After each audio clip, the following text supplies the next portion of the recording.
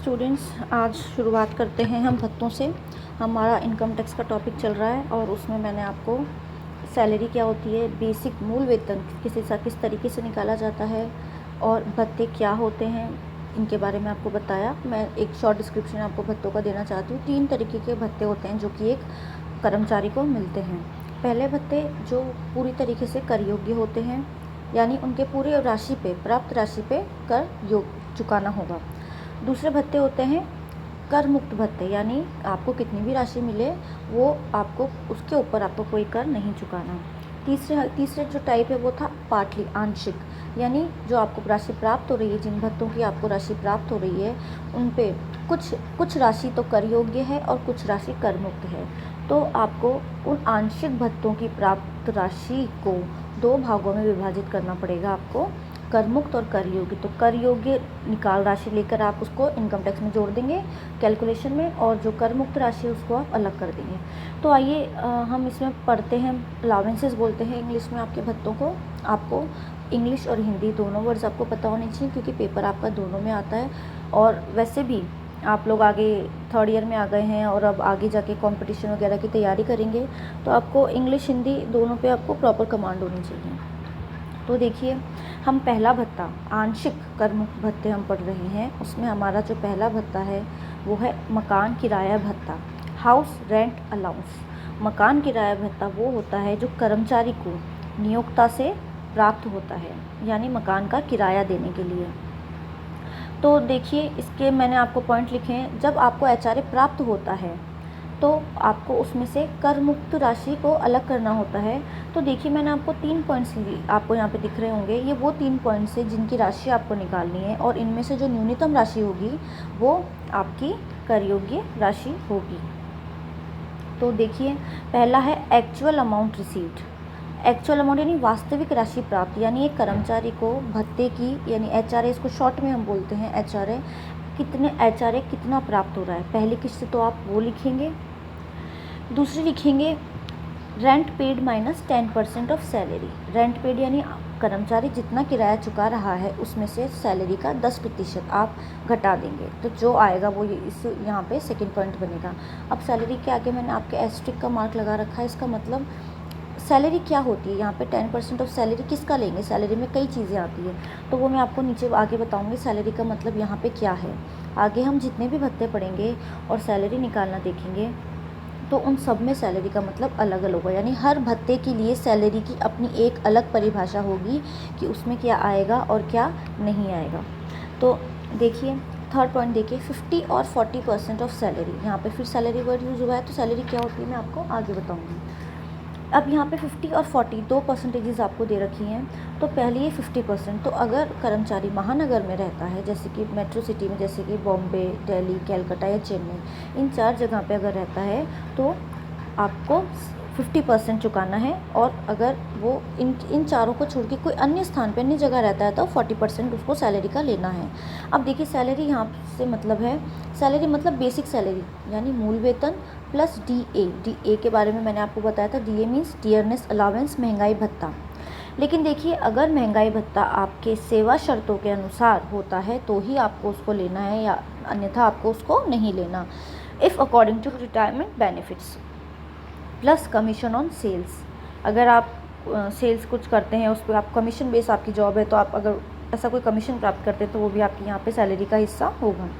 ये सैलरी आगे हर भत्ते के लिए अलग अलग नियम अनुसार बदलती चली जाएगी। तो देखिए, ये 3 पॉइंट्स मैंने आपके लिए निकाले हैं। 3 ये राशियाँ हैं। इन राशि में से जो न्यूनतम राशि होगी वो आपकी कर मुक्त राशि होगी, बचे हुए पे आपको टैक्स लगाना होगा। तो देखिए, इसके ऊपर एक क्वेश्चन देखते हैं। Calculate the amount of house rent allowance exempted from tax in each of the following cases. अब आपको अलग अलग कर्मचारी दे दिए, PQRST, उनकी सैलरी दे दी 40, 50, 60, 70, 50। DA यानी महंगाई भत्ता आपका दे दिया, डियरनेस अलाउंस 5, 6, 6, 20 और 5। बोनस दे दिया, कमीशन दे दिया, HRA दे दिया, रेंट पेड दे दिया, यानी कितना किराया ये दे रहे हैं। Place of work, place of work की यहाँ ज़रूरत इसलिए पड़ेगी क्योंकि आपको ये देखना पड़ेगा कि आपको 40% लगाना है कि 50% लगाना है। कर्मचारी टी को महंगाई भत्ते का भुगतान सेवा शर्तों के अधीन किया जाता है। कर्मचारी एस अपने स्वयं के मकान में रहता है जिसका उचित किराया 30,000 रुपये वार्षिक है। तो देखिए यहाँ पे जो डीए है वो केवल टी का ही है जो सेवा शर्तों के अधीन उसको मिल रहा है, बाकी को नहीं मिल रहा। तो इसका मतलब जब हम सैलरी निकालेंगे तो केवल टी के लिए ही डीए आएगा, अदरवाइज़ नहीं आएगा। तो देखिए इसका सॉल्यूशन देखते हैं। क्योंकि अलग अलग कर्मचारी तो फॉर्मेट हमने क्वेश्चन के अकॉर्डिंग ही बना लिया। तो वही 3 किस्तें आपको निकालनी है जो मैंने आपको बताई थी पहले। देखिए HRA रिसीव्ड, सबसे पहला जो हम लिखते हैं actual amount received of HRA, पहली किस्त जो मैंने आपको बताई थी, पहली राशि, सॉरी किस्त नहीं राशि। तो HRA जिससे हम सबका लिख देंगे, सबका अलग अलग मिल रहा है HRA 5, 25, 6, 20 और 15।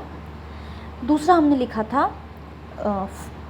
लिखा था rent paid minus 10% of salary. तो चलिए यहाँ पे उसका थर्ड पॉइंट बना रखा है सोल्यूशन में। तो हम देखते हैं rent paid minus 10% of salary. अब सैलरी के लिए आपको सबसे पहले ये देखना पर सैलरियाँ सबके लिए अलग अलग होगी, क्योंकि केवल टी है जिसमें डी इंक्लूड होगा, बाकी किसी में डी इंक्लूड नहीं होगा। तो देखिए rent paid minus 10% of salary. तो पी की अगर हम बात करें तो पी को कितना रेंट मिल रहा है, रेंट कितना पे कर रहा है वो 6,000। तो इस 6,000 में आपको क्या करना है, 6,000 में से सैलरी का 10% निकाल देना है। अब यहाँ पे सैलरी क्या कहलाएगी, पी के लिए 40,000 जो कि क्वेश्चन में दे रखी है, और प्लस डीए आएगा नहीं क्योंकि वो सेवा शर्तों के अधीन नहीं है, और आपको इसमें कमीशन जोड़ देना है, यहाँ पे कमीशन भी नहीं है। तो 40,000 मतलब 40,000 माइनस आपको ज़ीरो करना है। तो 40,000 minus rent paid minus 10% of salary है यहाँ पे 40,000, इसका 10% लेंगे तो 4,000 आ जाएगा। 6,000 आपका रेंट पेड है, 6,000 माइनस 4,000 तो आपका 2,000 क्या आ जाएगा, यहाँ पे रेंट पेड आ जाएगा। थर्ड पॉइंट अभी हम डिस्कस कर रहे हैं। क्यू के लिए देखिए सेम सिचुएशन होगी, उसको क्यू रेंट प्राप्त कर रहा है 27,000 माइनस 10% ऑफ सैलरी। अब यहाँ भी सेवा शर्तों के अधीन है, नहीं है डीए, तो यहाँ पे भी हम शामिल नहीं करेंगे। सैलरी का 10% ले लेंगे जो कि 50,000 है, और कमीशन भी नहीं है यहाँ पे। तो 50,000 जो सैलरी दे रखी है उसका 10% ले लेंगे तो 5,000 होता है। तो 27,000 में से हम 5,000 निकाल देंगे तो बचेंगे 22,000। तो क्यू के लिए हमें राशि मिल जाएगी 22,000। आर का देखिए, आर का रेंट पेड है 15,000, माइनस करेंगे 10% ऑफ सैलरी। अब सैलरी में यहाँ पे 60,000 तो सैलरी है, डीए हमें नहीं लेना है, और कमीशन भी यहाँ पे नहीं है। तो 60,000 का 10% आपका 6,000 होता है। तो 15,000 में से 6,000 निकाल देंगे हम तो 9,000 आपका राशि आ जाएगी आर के लिए। फिर हम एस की बात करेंगे। एस के लिए रेंट पेड है ही नहीं, क्योंकि एस के लिए आपको ये बोला है कि वो अपने स्वयं के मकान में रह रहा है। तो जब स्वयं के मकान में रह रहा है और वो किराया नहीं दे रहा, तो ये पॉइंट इसके लिए कैलकुलेट नहीं होगा, क्योंकि यहाँ पे जो किराया दिया जा रहा है उसमें से 10% सैलरी का भाग हमें अलग करना है। तो जब आप किराया नहीं दे रहे हैं तो आपको ये पॉइंट नहीं कैलकुलेट करना। अब बारी आती है टी की। टी के लिए देखिए रेंट पेड है उसका 20,000 में से माइनस करना है हमें 10% ऑफ सैलरी। अब यहाँ सैलरी का मतलब होता है 50,000, तो सैलरी प्लस इसका डीए हम लेंगे क्योंकि इसको सेवा शर्तों के अनुसार मिल रहा है, तो 55,000 55,000 हो गया, और इसको कमीशन भी मिल रहा है 2% के हिसाब से, ये कमीशन उठा रहा है 8,000। तो आपको इसका कमीशन भी लेना है, तो 55 और 8, तो यहाँ पर आपको 63,000, तो उसका आपको 10% लेना है, तो 6,300। तो ये आप लेस कर देंगे तो यहाँ पे राशि आपकी निकल के आ जाएगी 13,700 निकल के आ जाएगी। अब नेक्स्ट हमने पॉइंट देखा था, तो दो पॉइंट, पहला पॉइंट हो गया HRA रिसीव, दूसरा पॉइंट था हमारा rent paid minus 10% of salary, तीसरा पॉइंट है हमारा 40 और 50% ऑफ सैलरी। अब ये देखिए, ये हम देखेंगे किस हिसाब से वो किस जगह पे रह रहा है। तो हम पी की बात करें तो वो इंदौर में रह रहा है, क्वेश्चन में मैंने बताया था आपको इंदौर में रह रहा है, तो आप 40% लगेगा किसका, सैलरी का। यहाँ पे सैलरी कितनी थी 40,000, तो 40,000 का आप यहाँ पे 40% ले लेंगे।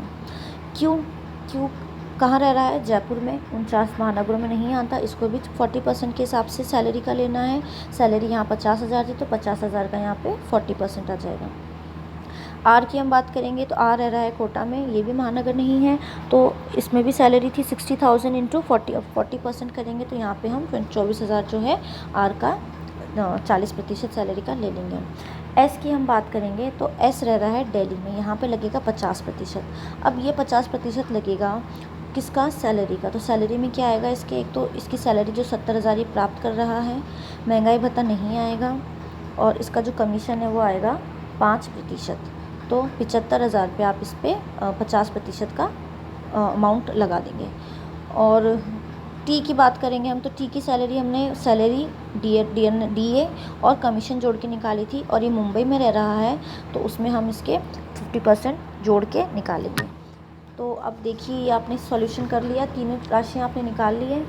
तो अब आप इनमें से जो न्यूनतम राशि होगी वो इनकी छूट की राशि होगी। तो ये देखिए, पी की हम बात करें तो पी की न्यूनतम राशि है 2,000, क्यू की न्यूनतम राशि है 20,000, आर की है 6,000, एस की है नील, क्योंकि जो ज़ीरो आया था आपके थर्ड पॉइंट में, rent paid minus 10% of salary, क्योंकि रेंट कुछ पे नहीं किया आपने तो यहाँ पे नील आया था, तो नील आपकी यहाँ पे राशि सबसे न्यूनतम हो गई। और टी की बात करें हम तो आपके 13,700 यहाँ पे सबसे कम राशि है। तो इन पांचों की हमने जो छूट की राशि है वो निकाल ली है। जो बचा हुआ है उसके ऊपर आपको टैक्स लग जाएगा, यानी जो बची राशि है उसके, यानी अब पी की हम बात करें, पी को मिल रहा है HR है 5,000, तो 5,000 में से जो 2,000 रुपये है वो छूट की राशि है, बचे हुए 3,000 उसके कर योग्य हो जाएंगे। क्यू की हम बात करें तो क्यू को मिल रहे हैं यहाँ पे 25,000 HRA के रूप में, उसकी सबसे कम राशि है 20,000, तो 25 में से 20,000 तो उसकी छूट के माफ़ हो जाएंगे और 5,000 रुपये वो टैक्स देगा।